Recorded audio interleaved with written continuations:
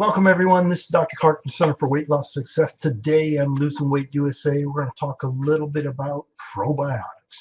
Probiotics been around for a while now. They've they can be very useful for many things, and they've kind of taken off over the last few years of kind of being helpful in a number of things. We'll talk about that. But almost all GI issues they can potentially be helpful with. So we'll talk about that. So, all right, well, welcome to Losing Weight USA, real-time answers to your weight loss questions. Some of the latest research, as well as a little bit of expert advice, gives you direct access not only to me, but you should be receiving the health tips and recipes via the membership portal. If you have questions during this discussion, just type them into the chat box as we go along. If you think things once we're all done, just give us a yell here at the Center for Weight Loss Success. The email is success@cfwls.com. Phone number 757-873-1880. All right, so talking about probiotics again. Probiotics are basically the friendly bacteria in our intestinal tract. And we'd like to optimize the friendly, in the big picture of this, we like to optimize the friendly bacteria, try to keep to a minimum the not so friendly bacteria or unfriendly bacteria. So probiotics, so supplementing with probiotics is trying to get more of the friendly bacteria into our intestinal tract. And intestinal tract really means literally from the mouth all the way to the bottom end along there, and that's where bacteria live. And try to they'll force out the good bacteria, then we'll force out the bad bacteria, so to speak. And subsequently, then if we get a healthier profile along our intestinal tract, a lot of kind of digestive issues, a lot of other ailments tend to smooth over and they tend to improve. We can see improvement in lots of things, from skin problems, immune problems, many things. Kind of treating with probiotics can actually be helpful, and it's an easy thing to do. You can get probiotics just about any pharmacy nowadays, just by any grocery store too.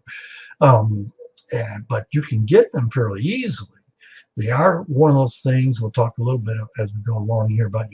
You do tend to get what you pay for, so to speak, but they can be helpful for many things, and there certainly isn't a downside to trying them. Okay? So again, we're trying to supplement the good bacteria, friendly bacteria, helpful bacteria, healthy bacteria, and have them kind of overtake or push out to the bad bacteria or unhealthy bacteria. That's the whole concept there. All right, so probiotics, so what are they then? Yeah, I mentioned they're bacteria, and they often hear the term prebiotics, probiotics. Prebiotics, which I'm not going to go into, but prebiotics is basically what the healthy bacteria live on. So you do have to have a healthy environment for the bacteria, the healthy bacteria, to live. So subsequently utilizing prebiotics, which often has a lot of fiber-based thing, a lot of fiber nutrient type of foods. So it is kind of eating those leafy greens, vegetable stuff can be kind of probiotic type of things, and they kind of thrive on those things. That's the prebiotics. Probiotics, what we're talking about today, are really the live microorganisms, the live bacteria that are thought to be beneficial to the host, which in this case are humans. Okay, that's us. Okay, so they're live microorganisms, the live bacteria. So in order to get them in, we often have to supplement them. Okay. So the World Health Organization is basically defined probiotics as live organisms which, when administered in adequate amounts, confer a health benefit to the host. Okay? So there's a lot of parts to that. So first you have to have live organisms, then they have to be in adequate amounts and also produce a health benefit to whoever the individual we're giving them to. The word itself, probiotics, comes from Latin pro, okay, pro, which means for. Okay, something is for. You're pro something, you're for it. Okay, And then the Greek word bios. Bios is life, so for life. Okay, so it kind of helps improve or helps kind of supplement and be beneficial for our lives, like pro-life. All right, so it's thought to be beneficial by improving the intestinal tract microbial balance. And just like we talked about, hormone balance, our lives in balance, and that this is kind of having the intestinal tract, and which all along our intestinal tract live by with microbes, which are bacteria. And so you want to have a healthy balance, which means you want to have the good, mainly the good bacteria there. And by having good bacteria there, it'll overwhelm the growth of the bad bacteria, and subsequently a lot of disease processes can actually be improved upon, and not just the things along the intestinal tract. They certainly do help things along the intestinal tract, but it's not only that. And it's been shown that the probiotics can be potentially beneficial to improve inflammatory bowel disease, irritable bowel disease, or irritable bowel syndrome. It can improve immune function. And so kind of for anything that's immune related, that potentially if we can supplement, kind of improve your immune function, it can help with lots of different disease entities. So anything that's an inflammatory process basically can be helped. Anything that we are working to fight and overwhelm something, whether it be a virus, whether it be it can actually improve immune function. It tends to help treat infectious diarrhea. It tends to help prevent a lot of urologic problems, a lot of gynecologic problems. And again, it's kind of the healthy bacteria where are more likely to be in healthy tissue there. It does help with a lot of skin diseases, from skin rashes, allergies, reactions, anything that's inflammatory. So it could be as acne, but literally anything that's related to inflammation that shows up in the skin. So a lot of skin diseases that can actually help with dental problems. And again, that's kind of having the healthy bacteria within our mouth. It can help with reflux problems, and really just about any gastrointestinal problem, it can potentially help. And then the question is, can it actually help with weight loss? And that hasn't really been answered, but there is some very good, real evidence that this potentially can be helpful. Now, as I always tell people, that don't get lost in the weeds in your weight loss plan, meaning that, gee, you have to have a good diet, activity, and lifestyle plan, and then kind of worry about these other little things, from probiotics to artificial sweeteners, decreased caffeine. There's a lot of little things that sometimes people want to kind of hone in on those little things. Oh, I'll give up this and I'll lose weight. Well, it's like, no, you actually have to have the basics right. You need to have the basics right and be working on those all the time. And then potentially adding these other things or working on some of these lesser things can be very helpful. So can it help with weight loss? And the answer is yes. All right, so bacteria in your intestinal tract, literally 100 trillion bacteria live in your intestinal tract. So I got this little poster on the slide there. It basically says 100 trillion friends you didn't know you had, because they're with you all the time. 100 trillion. It's hard to really think of what is the concept of that number, 100 trillion. Literally, there are more bacteria that live in our intestinal tract than we have cells in our body. Okay, so the gut microflora. Microflora just means these are microorganisms, and so these are all the bacteria that live along your intestinal tract. And again, there's about 100 trillion of them that live along our intestinal tract, and there are about 10 times less number of cells in the human body. So there are about 10 trillion cells that make up the adult human body. there are more bacteria that live in our intestinal tract than the number of cells in our body. That's just amazing to think about. And the gastrointestinal tract basically has between 15 and 35, 36,000, 15,000 to 36,000 different species of microorganisms. Again, that's kind of mind-boggling about kind of all the different types of microorganisms that are living in our intestinal tract. So, kind of you would like to have the majority of the good bacteria, and there are about 400 different types of probiotic bacteria that we know are very healthy for the intestinal tract. And these 400 different types, most of them are a bunch of different species along in strains of different species that subsequently then kind of make up these healthy bacteria. And the whole concept again is for trying to promote the growth of the healthy bacteria, which will then reduce the growth of harmful bacteria. And that's what's going to really promote a healthy GI tract. Okay?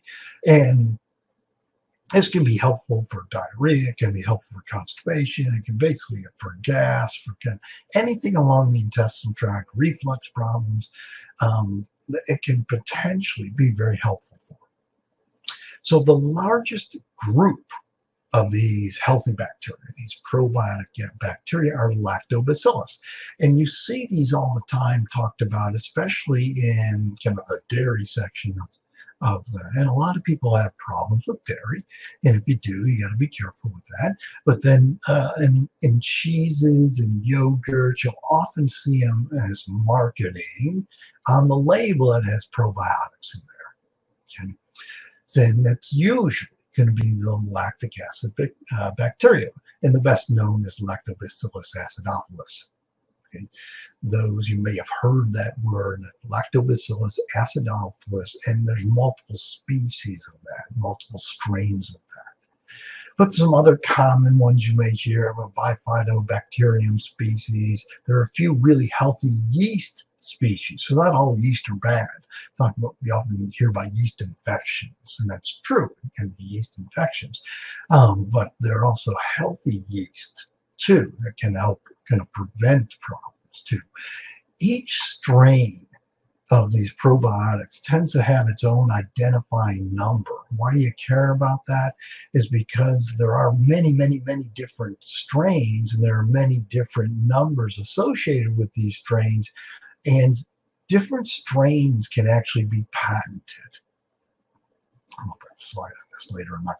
But different strains can be patented, and so subsequently different companies that make products of probiotics, whether it be actual probiotic capsules or added to something, often can patent their own strain. And the whole point I'm getting to is, why does that matter? Is because for any one individual, a certain strain may be much more helpful for them than a certain other strain. And even though it may be labeled similar bacteria, different company making it may have a slightly different strain, which then may work better for that individual. I guess my point there going to is that if one probiotic doesn't work well for you, for whatever you're trying to treat, that doesn't mean probiotics are not going to be part of the answer. Okay? It just may mean you need a different strain. And sometimes it takes some self-experimentation. It's like, try one, try a different one, see how you do with that. And so just keep that in mind, that it may actually seem like it's a very similar bacteria, but actually different strains may have slightly different results in them too. And again, strains can be patented, which, this is different than a lot of things. Typically anything that occurs in nature, which is a bacteria, they occur in nature, can't subsequently be patented. And we talk about that with kind of bioidentical hormones things. And so companies can't patent that. And so, but they can actually patent different strains. They kind of develop those strains, they can actually patent them. All right, so kind of just some general questions about probiotics that we're going to answer here. So what can probiotics actually be used for? Well, actually, many things, as I alluded to before, that can actually use lots of different ailments, may actually be helped. So again, it tends to be somewhat species and strain dependent, and there are certain strains that are truly developed for different problems. Different strain for like a gynecologic problem, a different strain than a dental problem would. And so we see this in kind of certain strains, certain problems may be better treated with different strains there. And again, it may take some research and some experimentation there. So we see probiotics added to a lot of different foods. Okay? And so is food-based probiotic better than a pharmaceutical-based probiotic? Okay.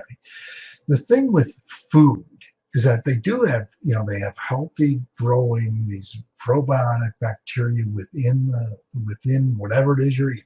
Okay? But food base is much more hit and miss about how much and the quality of it. And it may have, the food-based products may have fairly low CFUs. CFUs are colony-forming units, and that's typically how probiotics are counted. Okay? And what you want to look for is a significant number of CFUs, colony-forming units. And typically we're talking about billions. Typically millions in this case is actually a very small number. So we're typically talking about billions. Okay? Now, for a pharmaceutical grade probiotic, typically you're going to pay more for that. And probiotics is one of those things you typically get what you pay for, so to speak, in that you want to kind of use a reputable company that this is what they do, and subsequently then kind of you are going to be provided with the quality that you want, so that you know that, hey, if you were treating yourself, is it actually going to be a therapeutic type of dose for you? Okay. Safety is like, yeah, these are fairly safe. Okay, yeah, obviously, a bad bacteria can cause an infection. If you go out camping, you get exposed to Campylobacter, which is a bacteria that causes diarrhea, or Salmonella from chicken. These are bacteria too, but they're not probiotics. So these will cause disease processes. But the safety with probiotics, the healthy bacteria, is they are very safe. They're sold as dietary supplements or kind of food supplements. So kind of you do have to kind of be a little careful there. Do your research, I guess, is what on any certain brand there. But they are very safe. Okay, and whether it's going to help you in a certain problem, you don't know that till you actually try it. As I mentioned earlier, kind of the dosing of this typically needs to be in the billions, not millions. Okay, so therapeutic doses of probiotics, again, we're talking about bacteria, there's 100 trillion of them in your intestinal tract. So we're talking about a tiny amount compared to the 100 trillion that are there. So typically there needs to be about 10 billion or so colony-forming units. Okay? And we see a lot of them out there that often have between 10 and 50 billion colony-forming units. And typically, again, you tend to get what you pay for there. Typically, you do need if you're looking for a probiotic that you want to treat something, right, especially for GI issues, you need to take it over an extended period of time. So it's not like, well, I took a dose of probiotics and now I'm better the next day. Like, no, this is going to take time to actually occur.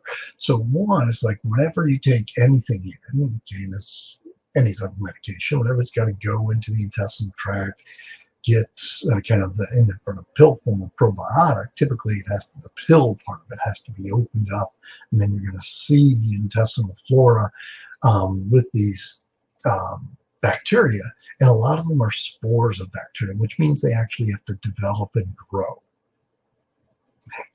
And that's how they can be alive in a pill form, that they're often spores. So they're not actually, running around and growing, or they can break down in the refrigerator or anything like that. They're typically in spore form. They don't actually open up and start growing until they get into your intestinal tract. Okay? So typically a dosing, one, they typically need to be in the billions. Keep that in mind. You also typically need to take them for a period of time, fairly regularly for a period of time, because you want these good bacteria to grow, develop, and start forcing out the bad bacteria there. With that thought, and kind of the good bacteria forcing out the bad bacteria, occasionally someone will take probiotics, and for the initial period of time, they actually feel like their problem got a little worse. Like if it's for kind of the intestinal problem, gas, bloating, diarrhea, kind of those type of things, that gee, it seemed like the problem got a little worse. Well, that potentially may actually mean that it's working. And the reason I say that, if they're forcing out the bad bacteria, they have time to get out of your system. And so initially you may feel like you're getting worse. Now the trick there is don't just stop the probiotics. What you may want to do then is just decrease the amount. It's like, okay, start taking it just every couple of days, take the dose. And eventually, as it gets into that therapeutic range, then increase, so you're getting a full therapeutic dose then. Now, the issue there is then when do you stop? Okay, typically I encourage people that if they're going to take probiotics, is take it for a good month or so. Okay, and then what you may want to do is kind of wean off of that and kind of figure out, do you need to actually continue taking it indefinitely as a regular dose? Some people do. Or is it something that you can actually get kind of a maintenance dose where it's a much smaller dose, whether you're actually taking it infrequently, but just kind of as an upkeep. Once you've got the good bacteria in place, that now we just want to keep them there, and that subsequently then taking them maybe just once or twice a week. Some people do much better taking probiotics if they have to be on any type of antibiotic, especially if they're prone to, like, gee, I get urinary tract infections, or I get other problems, I get a lot of intestinal irritability with an antibiotic. Sometimes also then taking probiotics. You just don't generally want to take them at the exact same time. Okay? So that separate those kind of out, so that the probiotics are kind of taken differently than the antibiotics are. Typically, as far as most probiotics can be stored kind of just in a cool, dry place. Some of them require being stored in the refrigerator. Some just, keep it in a cabinet somewhere. It's safe, it's dry. Okay. Some of them actually, they'll tell you, should you keep it in the refrigerator or not. So that's just kind of a generality on probiotics. So could probiotics then help with weight loss? Okay. Now, the whole reason this even thought process came about is that what they realized when they started looking at gut microflora is that often people that are overweight had a different microflora kind of ratio of good bacteria and bad bacteria compared to normal weight people. So if you're overweight, you may have a slightly different flora. And whether it's a cause or an effect, I don't really know that for sure, but they do had noticed that, gee, people that are overweight, the more overweight they are, they tend to have a different microflora along their intestinal tract. Now, we do know that the microflora in our intestinal tract do help us digest things. And so can it actually, the bacteria actually break down part of the food particles too. That's how they're surviving along there. But it also helps us digest some of these things too. And so the good bacteria then can help with digestion, bad bacteria not so much. So really the question there is, could the intestinal flora then, when someone who's overweight, would they be absorbing more calories from their food than someone who is leaner? Okay, these are all kind of theoretical questions then. And they started looking at this a little more closely. And of course, they start with animal studies. Okay? And what they found in mice, that if they took the microflora from the intestinal tract of an obese mouse and placed it into a thin mouse, the thin mouse would gain weight. And so subsequently, hey, there must be something to this. Now, since we talk about weight loss surgery fairly frequently here, one of the studies in gastric bypass patients actually noted that, gee, their microflora before surgery was different than the microflora after surgery. And after they had lost weight, they tend to have the microflora along their intestinal tracts of typically more thinner people. So they took that information and said, gee, what if we had weight loss surgery patients actually just take extra probiotics? In one study, it actually showed, gee, weight loss surgery patients that were given probiotics lost more weight than those who didn't receive the probiotics. Now, the question in my mind there is that, was it really the probiotics that were helping? Or was it the fact that the people are willing to take probiotics means they're a little more diligent in what they do? And so, yes, I take my probiotics, I take my vitamins, I stay active, and they tend to be more in line with what needs to be done after surgery. Don't know the answer to that question, but it's kind of, was it the probiotics that helped? Or was it just that people that took the probiotics tend to be more diligent in their kind of their routine after surgery? All right, so kind of still looking at some studies that kind of have gone out there. And most of these studies are often in kind of journals that aren't kind of right there in the, it's not the New England Journal of Medicine or anything like that. They typically are kind of these some obscure journals, and some of them are shown in some of the nutritional journals out there. So there have been a couple of studies in Japan that used Lactobacillus gasseri, and again, it has its own number to it, so it's a certain strain. And they had it utilized in people that are overweight, and they used it for 12 weeks. And what they found is that they reduced their abdominal fat by 4.6%, and subcutaneous fat, which is just underneath the skin, they reduced that fat by 4%. Now, again, it always begs the question of the people that are willing to do this, are they more diligent in the study than the controls are? And that's a very real question that's can compromise any study. Now, what they also know is that when people stopped taking these probiotics, is that their weight loss tended to go back where it was. And so there was that, which kind of is that, hey, by continuing this, would it actually be something that could be helpful? And again, maybe, right?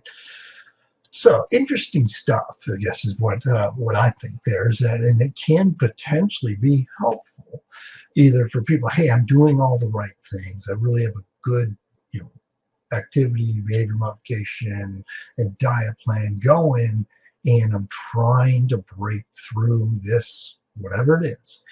Doing some of these other things potentially can be helpful. All right, so we do have probiotics at our nutritional store. It is a blend of different bacteria, and it does have that kind of the billions of CFUs, and generally, and it's been kind of used in oral health, but also has been shown potentially to help with weight loss. We kind of took some of these, put them together. Will it help you? The answer is maybe. Unfortunately, there isn't a way to predict without trying it. It's kind of another one of those things. Without trying it, you'll never really know.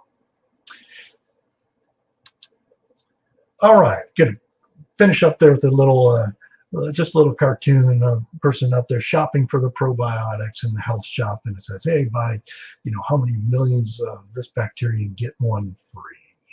Again, you need billions. They're not very funny, but it's just something to finish this off.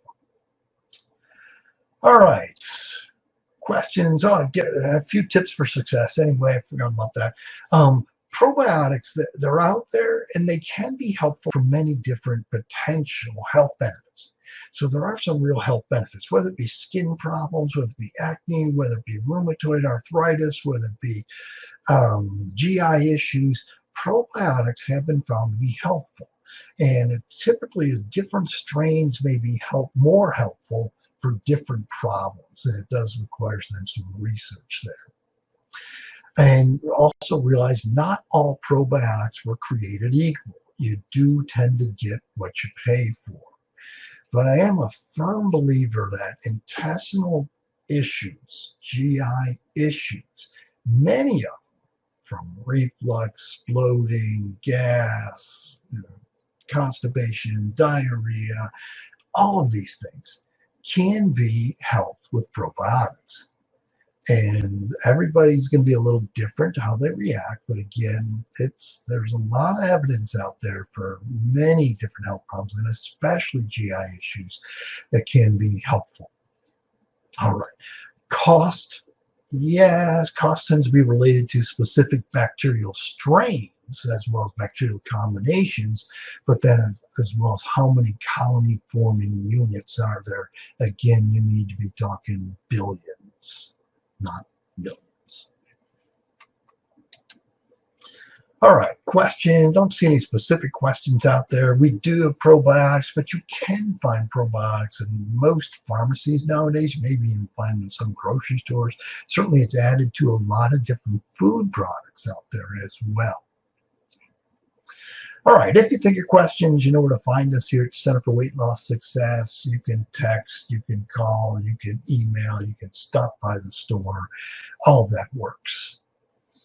All right, I do encourage you, get into your membership site. I say this every week. You should be receiving the health tips and recipes via the membership portal. And again, in the membership site, we have exercise things, menu and recipe ideas, all the behavior modification classes, all of these live webinars end up in there, as well as all the webinars that go along with the textbook in Weight Management University for Weight Loss Surgery, as well as in the medical side, Weight Management University. All right, tune in each Tuesday, 12:15 for the next webinar. Watch your email for the invite and link. And remember, it's your life. Make it a healthy one. Have a good day, everyone. Take care.